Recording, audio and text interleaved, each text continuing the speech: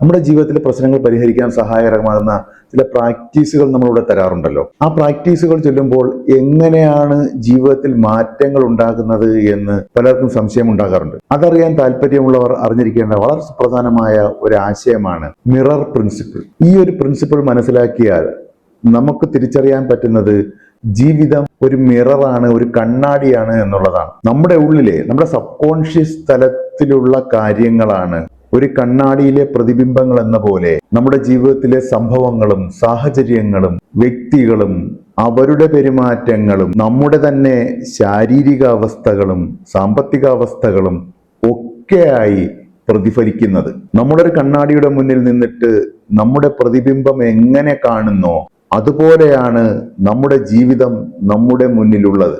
ആ കണ്ണാടിയുടെ മുന്നിൽ നിന്ന് നോക്കുമ്പോൾ നമ്മുടെ മുഖത്തോ അല്ലെങ്കിൽ വസ്ത്രത്തിലോ എന്തെങ്കിലും ശരിയാക്കാനുണ്ടെങ്കിൽ നമ്മൾ ഒരിക്കലും ആ കണ്ണാടിയുടെ പ്രതിബിംബത്തിലല്ലല്ലോ അത് ശരിയാക്കാൻ നോക്കുന്നത്. നമ്മുടെ തന്നെ ഒറിജിനലായ ശരീരത്തിലും വസ്ത്രത്തിലുമൊക്കെ അല്ലേ. എന്നാൽ ആ കണ്ണാടിയിലെ പ്രതിബിംബത്തിൽ തിരുത്തിയാൽ മാത്രമേ അത് മാറൂ എന്ന് വിശ്വസിച്ചുകൊണ്ട് അതിൽ തന്നെ ശ്രമിക്കുന്നത് പോലെയാണ് ഈ ലോകത്തിലെ ബഹുഭൂരിപക്ഷം മനുഷ്യരും ജീവിതത്തെ കാണുന്നത്.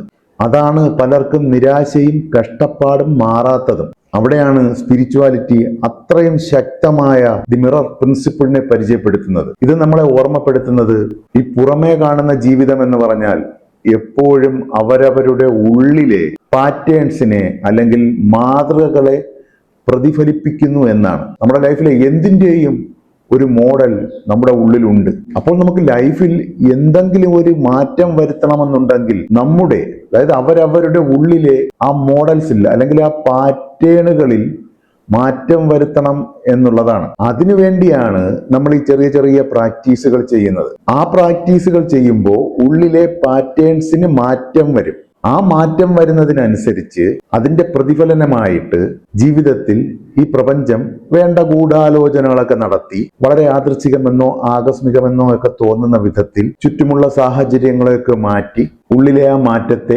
പ്രതിഫലിപ്പിക്കും. ഇതാണ് മിറർ പ്രിൻസിപ്പിൾ. നമ്മുടെ ലൈഫിൽ നടക്കുന്ന ഒന്നും ആകസ്മികമായി സംഭവിക്കുന്നതല്ല.